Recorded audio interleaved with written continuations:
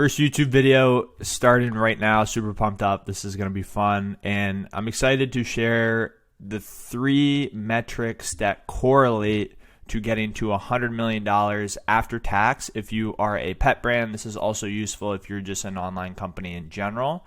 But this is primarily going to be modeling a 9-figure pet brand called Pet Lab Co. And I'll break down the 3 metrics that are most important to them in order to scale up and make sure that they're successful and they're growing month over month. So to just give you a little bit more clarity, going to bestpetads.com and then just going to Pet Lab Co., you'll see that they have thousands of ads right now, and there's 3 metrics that they're looking at. And if they are not at KPI, then they are doing certain activities. So there's a cause and effect if the KPI is not there. And it's cool because as you are looking at your ad platform, you can literally see directly if it's good or bad or average, and it's a pretty black and white decision. And again, I've personally worked with 6, 7, and 8-figure pet brands, and it's pretty easy to identify what is getting them past that $100,000 a month mark. And a hint, it's not influencer marketing. It's not, slaving away and posting on Instagram organic. It's not, being on TikTok. It's having a customer acquisition system through paid advertising. We're using Google, Facebook, TikTok advertising and putting money into the machine, and then obviously making a return out through that. It's the fastest way to getting to $100,000 a month, and it's predictable and sustainable. So it's important that you learn how to do this stuff. So getting into it, the 3 metrics that you're going to want to look at, we'll start off with the first one, and that's going to be unique outbound click-through rate. So what is unique outbound click-through rate? That just means that for every 100 people that you're showing your ad to, how many of them are completing a click on that ad? In order to increase this, you want to, 1, have the correct messaging, really going after the people you are trying to target and influencing them to click on your ad. So this could mean having a correct hook, headline, and then overall messaging, really pointing out people that have problems. So going back to the ad library here, you'll notice that they're very specific on the people that they are targeting. What is lurking in your dog's ear? So people that have something in their dog's ear, or maybe they can relate to that, they're going to click on that ad. Here's another one. Do you wish your dog had fresh breath? I'm sure a lot of people can really relate to that. And if your dog doesn't have fresh breath, you're probably going to at least click on the ad as long as it's engaging and it doesn't necessarily look like an ad. That you're going to click on it.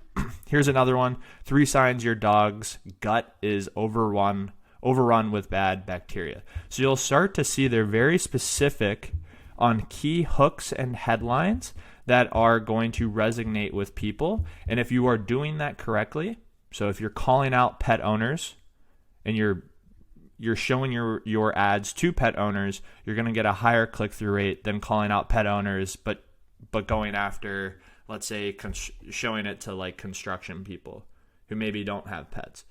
So it's very important both in your targeting and in your messaging and your hooks and headlines that you're going after those people. And if you stay all the way to the end, I'll show you the 3 KPIs that you need to stay above minimum, or else you need to, the effect needs to be, you need to take action and fix those, or you will never get to that $100 million mark.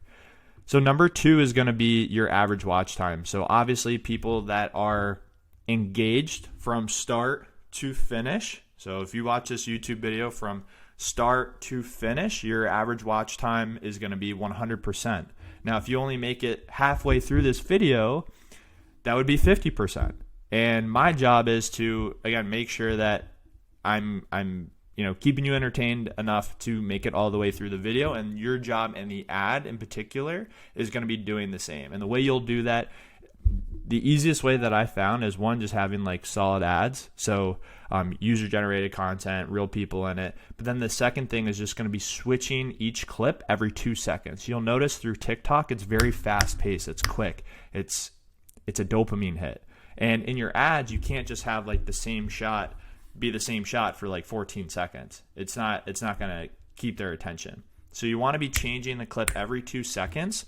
And I won't play any of these out, but you'll notice that when you click the ad, it's going to be like, showing the dog, then showing the product, then showing the guy talking.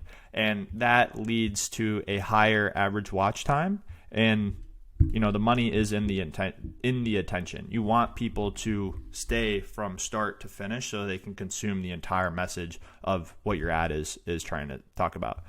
And then number 3 is going to be 3 second divided by impressions.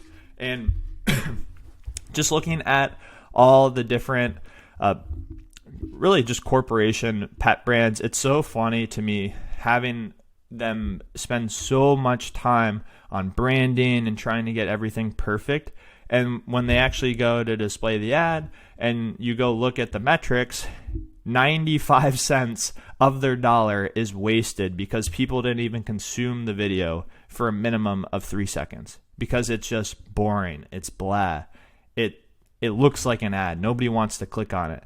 So it is so crucial. And again, you're getting charged by Facebook on impressions. So it is your job to make sure that people are actually staying consumed on your ad. And the way you'll do that is viral hooks and headlines. And the thing that I've found useful is just self-auditing myself. When I'm on YouTube, what gets me to stop scrolling? Or when I'm on Facebook or TikTok, what is getting me to stop scrolling? And usually it's either the thumbnail or it's the literal title of the video. It's those two things. Am I interested in that? And you can start to model after what you've personally clicked on, news articles or whatever it may be, and start to use that in your messaging, in your ads, which will get people to actually consume your ad for a minimum of 3 seconds. And then they'll stay all the way to the end and actually want to go to your website to purchase your products. So these are going to be the 3 things that you want to set up your ad account to view and get a very real insight into your business on whether your creative is the problem or it is not the problem. And I'll even just show you. So this is this is my personal ad account. So again, I'm allowed to show this because this is mine. So you'll see we've spent in the last 30 days $18,000. And the 3 second divided by impression, we're at 25%. So that means 25% of people are consuming our ads for a minimum of 3 seconds. We also have a video average playtime of 5 seconds. And then you'll see here, because we are running DM ads, I don't think this is actually populating fully correct, but you'll see that this is the amount of people that are performing an outbound click on our ad. And if we go back over here, and you can take a screenshot of this, this will give you an idea, if you are a pet brand, what is considered average, what is considered good, and what is considered best. And you always want to strive for best and really above this. I've seen above this. So if you're above an average watch time of 3 seconds or of 7 seconds, then you're good. Now keep in mind, sometimes your videos might not even be 7 seconds, so that's something to account for. And then if you are above 90%, then you are solid. And then if you are above 2.5% outbound click-through rate, then you're in a great spot. And if you are having problems in the ad and you're above these, then it might not be a creative problem. It might be a funnel and website problem, and that's where you want to focus your time and energy on. Or actually like the media buying itself, and make sure your expectations are set correctly and you're spending enough to make proper ROI on your business. So these are going to be the 3 things.